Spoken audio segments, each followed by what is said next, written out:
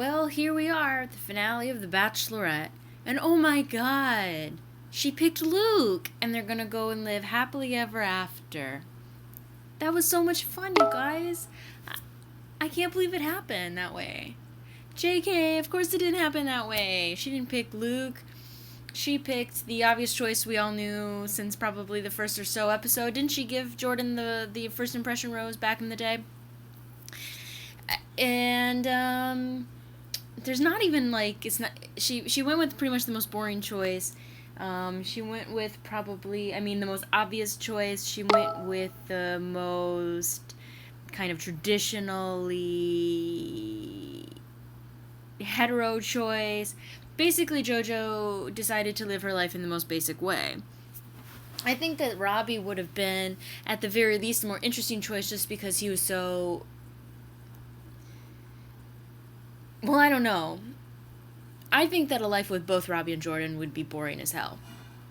But that's what this show is all about, isn't it? It's all about creating this super traditional, super heteronormative, super, like, patriarchal, in throwback almost, where we are supposed to, I would argue, explore the lens of those things in a more subversive way. Like, I think we're supposed to take note of the fact that it's so fucking ridiculous. But at the same time, it's really fucking ridiculous. Like, it's kind of like Chad. It's like, Chad, I can agree with what you're saying on so many things, but you're still in The Bachelorette, so I can't take you seriously pretty much no matter what. So I only half paid attention to whatever the hell was going on in this episode. I know she went on a date with both Robbie and Jordan, and they met her parents. I don't have a lot to say about any of that. Jordan didn't ask for her dad's blessing. And that's... Okay, so, like, we have to, I think, explore this show as a... Yes. I'm wearing it backwards today, so you can actually... I feel like this shirt is very appropriate. Okay, so, like, this show kind of always really surprises me. It shouldn't at this point. It surprises me, though, with how fucking heteronormative it is and how traditional it is. So it becomes an issue that Jordan doesn't ask her parents for her hand in marriage, or for their blessing or whatever, and that Robbie does. And that's somehow supposed to show us that Jordan is less serious about winning. The fact that I call it winning is so fucked up. That Jordan is less concerned about the realities of actually marrying JoJo than Robbie is, right? Because he dares to even have this thought of, well, I don't want to ask for that until I am sure of your feelings for me. Which seems to me, actually, if you want to, it seems pretty reasonable, like, to do that. But Robbie just jumps right in. And for me, that is completely the opposite thing of what he should do. But JoJo looks at this and thinks that this means that Robbie is serious, and that means that Jordan isn't, when in reality, I think it's the other way around. It makes so much more sense for Jordan to not be sure, and to not be sure of her feelings, and to not be, you've known each other for 2 months. And the fact that Robbie just broke up with his girlfriend and is still, like, insisting that he's in love with JoJo is crazy. I don't get it. I don't know. They went on dates with each other. They met the family. Robbie keeps fucking calling her Joe, which I hate. He's the only one that does it. No one else calls her Joe. And then when he's with her family, he calls her Joelle. Who are you trying to impress? His shoes were awful, as usual. They actually showed him putting them on when he was getting ready for what he thought was going to be a proposal, and I thought that was pretty funny. God, what else happened in this episode? Like, honestly, like, nothing interesting. Nothing interesting, because it was just perpetuation. Like, okay, so at one point I did find this interesting from just like a what the fuck, who are you kind of perspective. And that's a new lens of critical theory that I'm really laying out. It's the who the fuck are you perspective. You have to say it that way. And Jojo and Robbie are sitting in the sand in Phuket or something, and they're talking about, she like asks him, what do you think our future is? And he lays out this incredibly elaborate plan of what their life is going to be like, and they're like drinking white Sauvignon Blanc, because, okay, and the meatloaf is burning, and they're going to order a pizza, which is okay because they're sitting on the couch and there's a dog with them, and you hear little voices of the children in the background, and it's kind of like. And I think she asks him, when is this going to happen? Like, when do you think this is going to happen? And he's like, well, 9 months from now and, like, I don't know, 3 years. And it's just the most boring life. I want to be settled, too. I want to obviously have a dog with me at all times. But I also I don't know. I'm not suckered into this complete idea of fucking just the kids and the couch and the meatloaf. Like, who thinks like that anymore? It's 2016. Are we so fucking like are we that in need of tradition that's like, if you can imagine what our life is going to be like, here's what I want. Okay, so like, let's say that I was actually with somebody and they were like, what do you, and we were in love, and I was like, okay, so what are we going to be doing the next few years? Obviously I would say there's going to be a dog, but I probably would say I don't know what the fuck it would look like, because we're people and we evolve. I know that I want to be with you, and I would hope that you would still want to be with me. I hope that we're doing exactly what it is we want to do, and I hope that that's kind of cool. And I hope that we're doing things that are subversive. I hope that we are not just making meatloaf. Like, I don't even know. The question itself would be so difficult to answer. I wouldn't have such a pat story that's basically out of a fucking Norman Rockwell painting.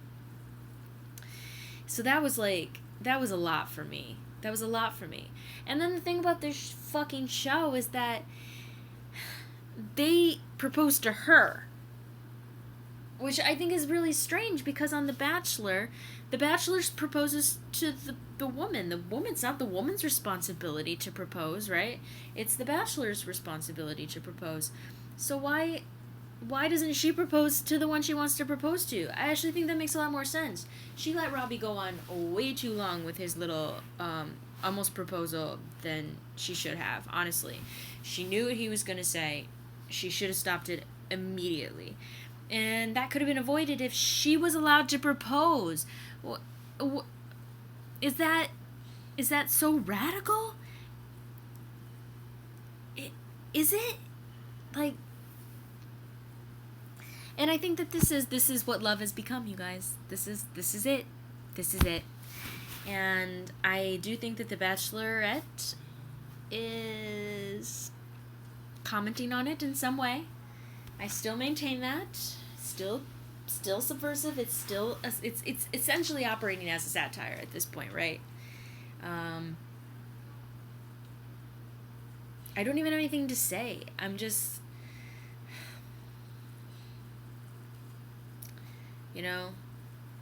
I think about what this show would look like if it were all women. And I think about what this show would look like if it were all men. And there's so many possibilities there. But I think what I would love, is for, in the continued heterosexual reality of The Bachelor and The Bachelorette, if they could say, just get rid of at least one of the heteronormative aspects of the show. The male proposing, asking of the woman's hand in marriage from her father,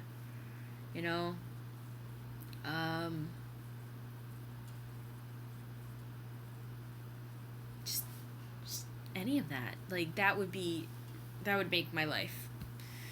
So the good news is that I don't have to watch The Bachelorette for a while. It's not until next year.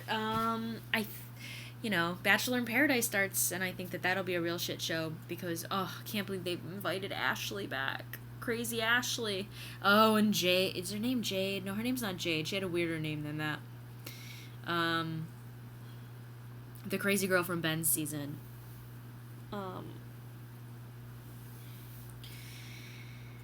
She's gonna be either the twins. I don't know. I think this was just a really disappointing end of the season.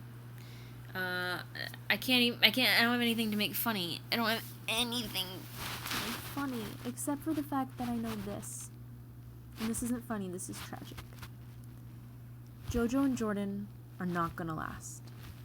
She picked the athlete. She picked the quote-unquote bad boy. She picked the person she always picks. But it's not gonna work. Because you can't pick your spouse in 2 months while you go on vacation. After vacation with them.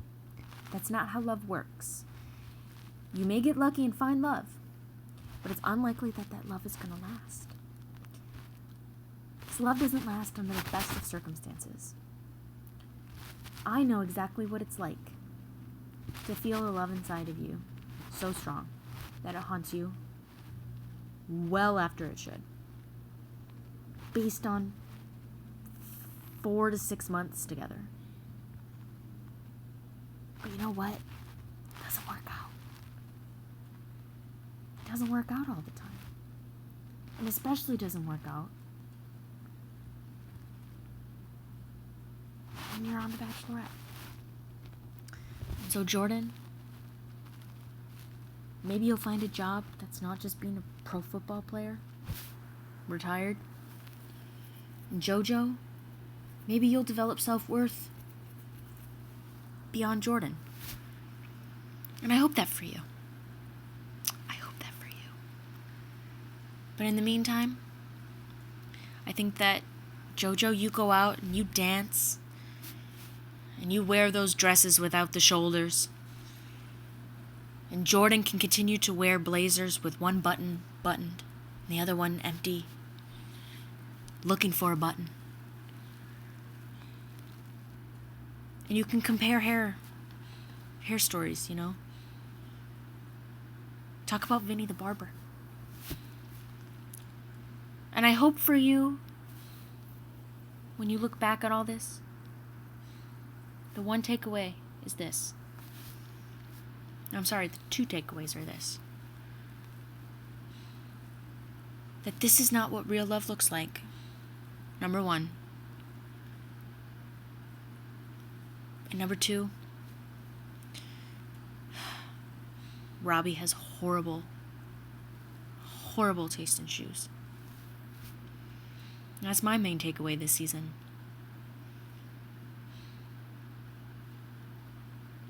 So we'll see you soon.